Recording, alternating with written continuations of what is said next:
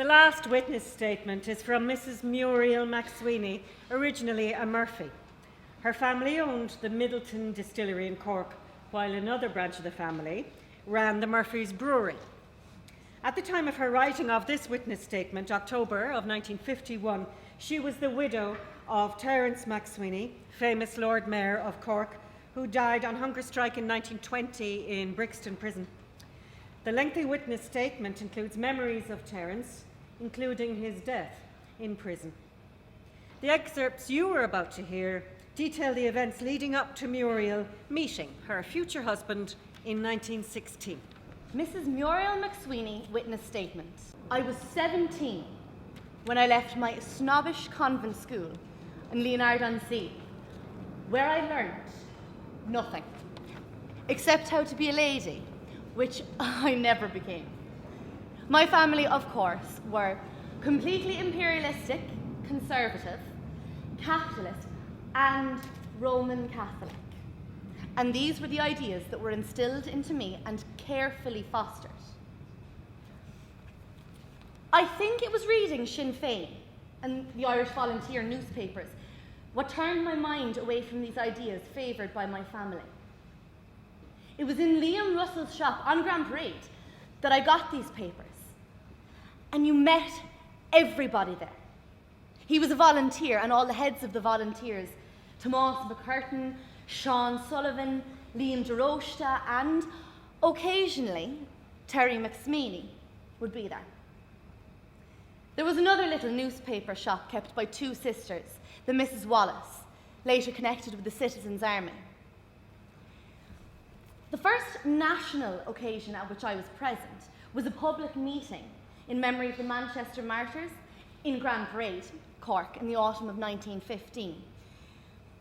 It would be about the end of 1915, I would imagine, that I became actively interested in the national movement, and I became a member of Cumann na mBan, either at the end of 1915 or the beginning of 1916, and attended meetings at different places.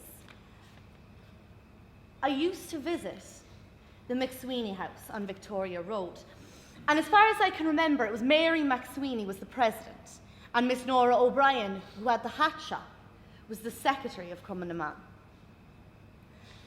A short time before the rising, I was in Dublin, and I must have had a message for Terry, because I waited for him in Parnell Square, outside the Gaelic Leave offices. And after giving him whatever message I had, I asked him if something was going to happen. And he said, any day.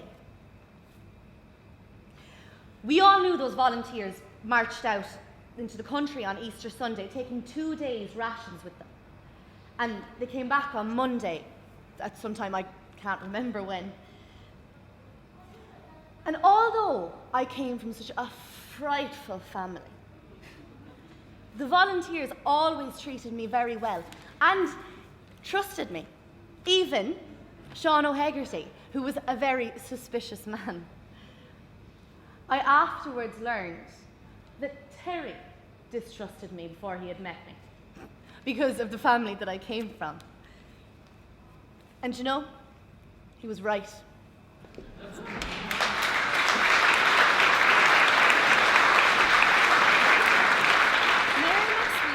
Sister-in-law of Muriel McSweeney and one of the leading Republican feminists in Ireland. Mary was an educator, trade unionist, suffragist and Republican activist. She co-founded Cumann na mBan in Cork and served on its national executive. From 1921 to 1927, she served as TD for the Cork City constituency. Mary is one of the outstanding orators of her generation and had enjoyed a highly successful lecture tour in the United States during 1921. During the Anglo-Irish treaty debates on the 21st of December 1921, she spoke to the Dáil Chamber for 3 hours without notes. You will now hear excerpts from her speech on that occasion.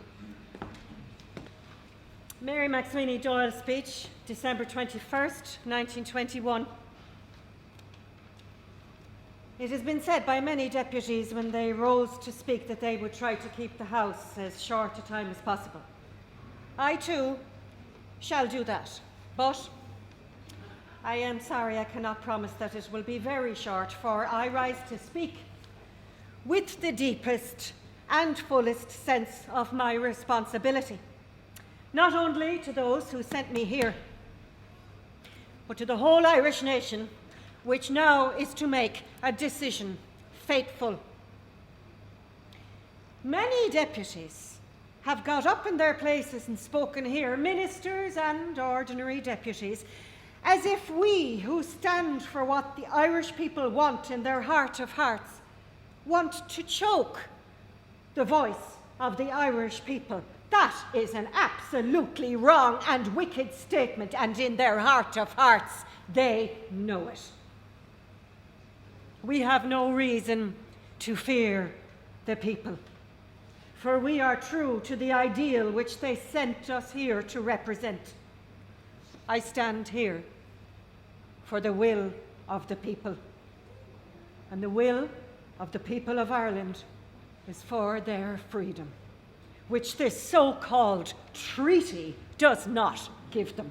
The will of the people was expressed in December 1918. The will of the people was expressed in the manifesto which sent every one of you here. And I ask any one of you voting for the treaty, what chance would you have had if on the 24th of last May you came out for Dominion House rule?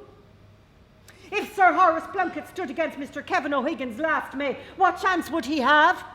None whatever. There is the will of the people, and well, you know it. Here, in this assembly, if it could be possible for you, would you, representatives of the people, do what the wicked, unscrupulous people in the Parliament of 1800 did and sell the rights of the people as you alone can do? That does not mean to say you have taken money for them, but sell them for the mess of that so-called treaty. One man means to keep the treaty. 4 have shown us how to break it. I ask, do you think that trickster in Downing Street is less clever than you are, that he will not take care to drive a coach and horses through your constitution if you were going to drive a coach and 4 through his articles on agreement? You cannot beat the English in trickery. Ha! Don't think it. For the last 2 days, for the last week,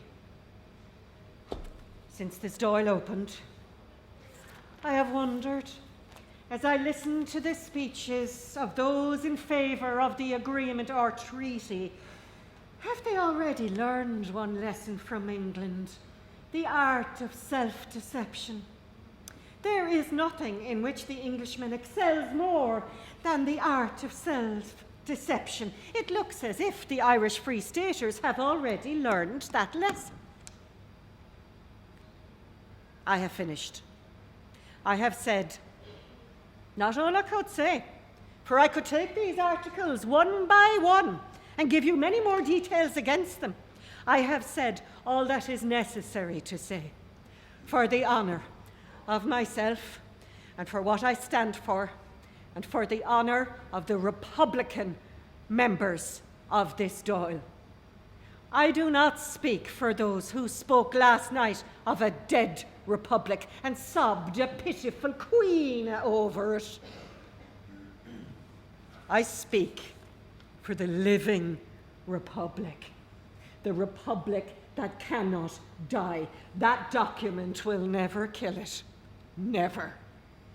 The Irish Republic was proclaimed and established by the men of Easter Week 1916.